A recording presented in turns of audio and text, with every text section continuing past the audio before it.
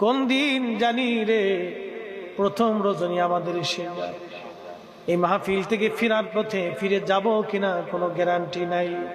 কত বক্তা ফিরে যাওয়ার সময় কবরে চলে গেল, কোনদিন আর তারা ফিরে আসে নাই। কত মুসল্লি মাহফিল থেকে বাড়ি যাওয়ার সময় ফিরে চলে গেল, আর কোনদিন তারা ফিরে আসে নাই। আপনাদের এই অঞ্চলে কত মানুষকে গোরস্থানে দিয়ে দিলেন, কোনদিন আর তারা ফিরে আসে নাই। সমুদ্রের পানি কত মানুষকে ভাসিয়ে নিয়ে চলে গেল, কোনদিন আর তারা ফিরে আসে নাই। আগামী দিন আমরাও চলে যাব, ফিরে আসার আর কোনো সুযোগ নাই। আল্লাহ বললেন, ওয়ালা ইউআখিরুল্লাহু নাফসান ইযা জাআ আজালুহা।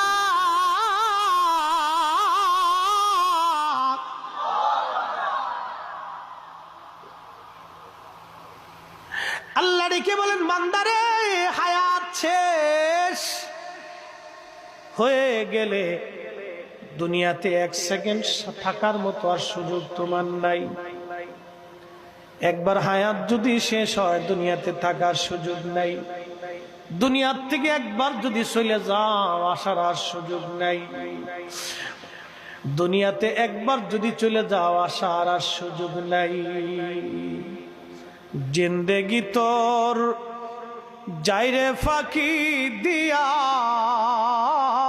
রে সোনার আদম, জিন্দেগি তোর যায় ফাঁকি দিয়া। কুল্লু নাফসিন যায়িকাতুল মাউত, এমন কোন জীবন নাই যে জীবনের মরণ না আছে। ওই গভীর সমুদ্রের ভিতরে মাছ আছে, বঙ্গোপসাগরের ভিতরে মাছ, তিমি মাছ আছে, বড় বড় মাছ আছে। 500 বছর বাঁচলেও মাছকে মরতে হবে, ওকেও মরণের স্বাদ নেওয়া লাগবে। অনেক প্রজাতির উদ্ভিদ আছে, সৃষ্টি আছে, পোকামাকড় আছে, কাঁকড়া আছে, ও বাপ, ওদের মরণের স্বাদ নিতে হবে। আপনার বাড়ির গরু, ছাগল, উট, দুম্বা, ভেড়াং, কুত্তা, বিলেই যা কিছু আছে, মরণের স্বাদ নিতে হবে। বাড়ির পাশের যে আম গাছ আপনাকে 50 বছর ধরে আম দিল, তাকেও মরণের স্বাদ নিয়ে নিতে হবে।